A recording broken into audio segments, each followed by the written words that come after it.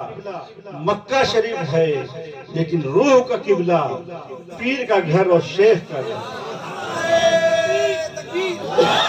तू अपना काम कर, मैं अपना काम कर। तो ऐसा अकीदा होना चाहिए, इस तरह से अपने बुजुर्गों की बारगाह से जुड़ना चाहिए। एक शख्स, एक फकीर एक दुकान पर चला गया और कहा कि 1 रुपया मुझे दे दो। दुकानदार ने कहा जाओ, नहीं देता। उस फकीर ने कहा 1 रुपया दे, और अगर नहीं देता है तो मैं तेरी दुकान को पलट दूंगा। और दुकानदार और फकीर में बहस मुबाहिसा होने लगा कि तू 1 रुपया देता है कि नहीं, और अगर नहीं देगा तो मैं तेरी दुकान को अभी पलट दूंगा। और वो दुकानदार कह रहा नहीं दूंगा, जाओ।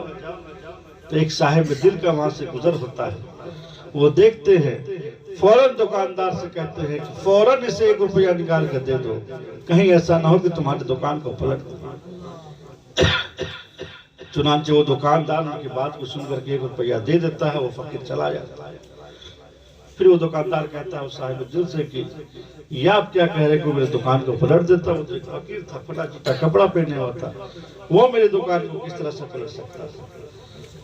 तो साहिब दिल ने कहा कि सुनो, जब उसने कहा कि मुझे 1 रुपया दो और अगर नहीं दोगे तो मैं तुम्हारी दुकान को पलट दूंगा, तो मैंने गौर किया कि उसके अंदर कोई कमालात है कि नहीं, कोई ऐसी खूबी है कि नहीं कि जो तुम्हारी दुकान को पलट देगा।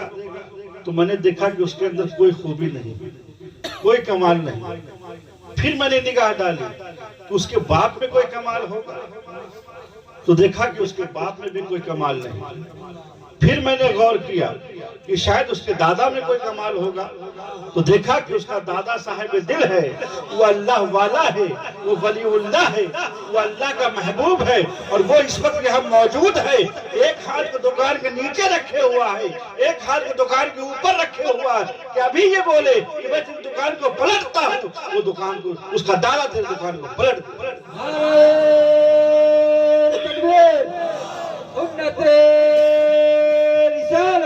दुकान पलटने का मतलब यह है कि बज़ाहिर दुकान नहीं पलटेगा, बल्कि तेरी दुकान में बरकतें चली जाएगी, रोजगार आना बंद हो जाएगा, फिर ये दुकान खत्म, किसी काम का नहीं। ये नहीं देखो कि कोई शख्स है और अगर उसके अंदर कोई कमाल नहीं है तो उसके हो सकता है उसके बाप दादा में कोई कमाल हो, और अगर उसके बाप दादाओं में से किसी को कमाल नहीं है तो गौसे पाक को तो कमाल है। अगर सिलसिला सही है तो गौसे पाक से फैज मिलेगा, ख्वाजा गरीब नवाज से फैज मिलेगा। इसलिए ये नहीं देखो कि फना साहब अभी उतने कमाल वाले नहीं हैं, इनके अब्बा ज्यादा थे। तो जब इनके अब्बा ज्यादा थे तो फिर डरने की बात है ना। होशियार रहिए, अब्बा का इशारा होगा तो आपकी नौ पलट जाए।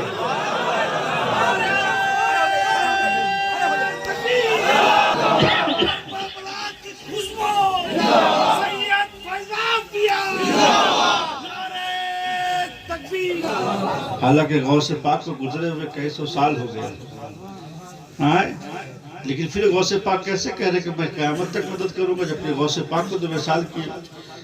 इसका मतलब ये है कि गौसे पाक का सिलसिला जिन जिन बुजुर्गों के हाथ में है, तुम उन बुजुर्गों के हाथ में अगर तुम अपना हाथ दोगे तो गोया कि वो हाथ फैजानुल हुदा के हाथ में है, बल्कि रिजवानुल हुदा के हाथ में है, बल्कि वो रिजवानुल हुदा के हाथ में नहीं, असनुल हुदा के हाथ में है, असनुल हुदा के हाथ में नहीं, बल्कि कमरुल हुदा के हाथ में है, कमरुल हुदा के हाथ में नहीं, गोया ताजुद्दीन शाकरी के हाथ में है, ताजुद्दीन शाकरी के हाथ में, गोया के गरीब नवाज के हाथ में है, गरीब नवाज के हाथ में, गोया के गौसे पाक के हाथ।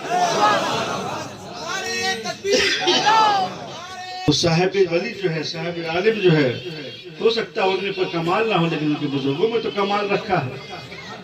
अगर बुजुर्गों में ना है तो गौसे पाक में तो है ही है। इसलिए कहीं भी सिलसिला पकड़िए तो देखिए कि उनका सिलसिला गौसे पाक से मिलता है कि नहीं। पीर होने के लिए 4 शर्त। बाहर शरीयत में हुजूर सदर शरिया लहर में लिखते हैं कि जो पीर होगा उसके लिए 4 शराइत जरूरी है। ये कि सबसे पहले कि वो सुन्नी सही अकीदा, कोई देवबंदी वहाबी बदअकीदा पीर नहीं हो सकते। सुन्नी सही अकीदा, दूसरा कि आलिम या इतना इल्म हो कि दीन की सही बातें बता सके, आपको शरीयत की रहनुमाई कर सके, शरीयत की बातें बता सके, किताबों को कम से कम देख कर उससे मसाइल निकाल के आपको बता सके। और उसके बाद मौलिन ना हो, पीर साहब तो है, सब कुछ है, लेकिन खुल्लम खुल्ली गुनाह करते हैं, खुल्लम खुल्ला गुनाह करते हैं, नमाज नहीं पढ़ते हैं। और नमाज के लिए पूछा जाए तो कहते हैं कि मैं तो मार्फती हूँ, मेरी नमाज मक्का मदीना में होती है, तुम लोग नमाज पढ़ो। है? या कोई जो औरतों के चक्कर में पड़ा हुआ है, बहुत से पीर साहब को रिकॉर्डिंग सुनते होंगे, कहाँ कहाँ गलत सलत करते रहते हैं। तो जो पीर खुल्लम खुल्ला गुनाह कर रहा है, जो जाहिरी तौर पे गुनाह कर रहा है, तो ऐसे लोगों के पीछे भी जाने की जरूरत नहीं है। और चौथा ये कि वो जो सिलसिले में बैत कर रहा है, ये देखना है कि उनका सिलसिला गौसे पाक तक मिल रहा है कि नहीं, रसूल पाक तक मिल रहा है। अगर बीच में से कहीं सिलसिला कटा हुआ होगा तो फिर आपको गौसे पाक से, सरकार दो आलम से कोई फैज़ व बरकत नहीं मिलेगी। इसी के लिए अगर मुरीद करना होता तो कोई भी खड़ा होकर कह देता कि आओ मैं मुरीद कर दूंगा। तो इसलिए कहा जाता सिलसिला जरूरी है कि जब आप अपना हाथ किसी बुजुर्ग के हाथ में, पीरो मुर्शिद के हाथ में अपना हाथ देंगे, तो गोया कि वो हाथ देना गौसे पाक के हाथ में हाथ देना है। गौसे पाक के हाथ में हाथ देना गोया कि इमाम हुसैन के हाथ में हाथ देना है। इमाम हुसैन के हाथ में हाथ देना गोया कि रसूल पाक के हाथ में देना।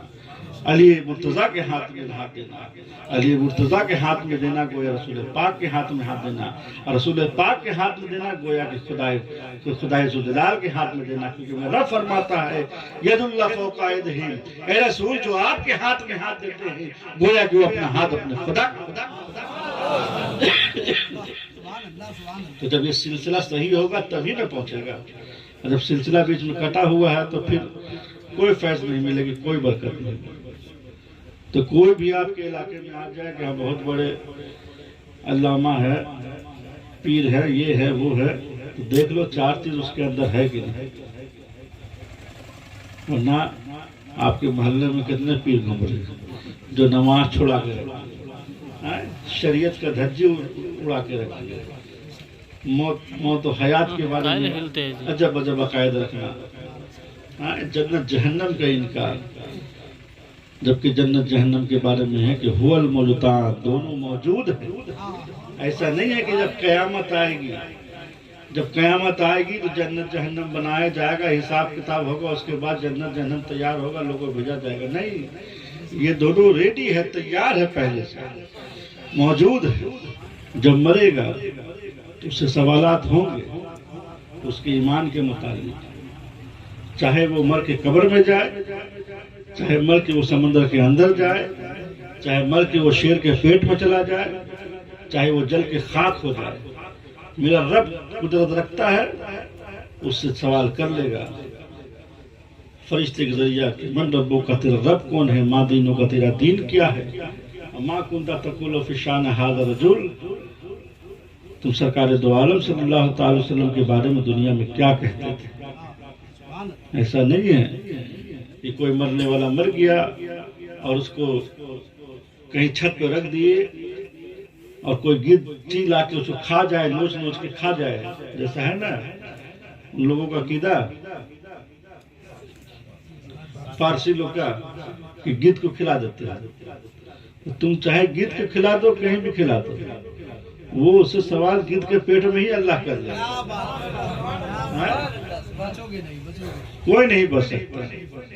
अरे पेट, शेर के पेट में सवाल हो या आग में जल जाने के बाद हो, ये अल्लाह की कुदरत को कम समझता तभी तो बोल रहा है कि नहीं कर सकता है। वरना मेरा रब तो कुदरत वाला है, ताकत वाला है।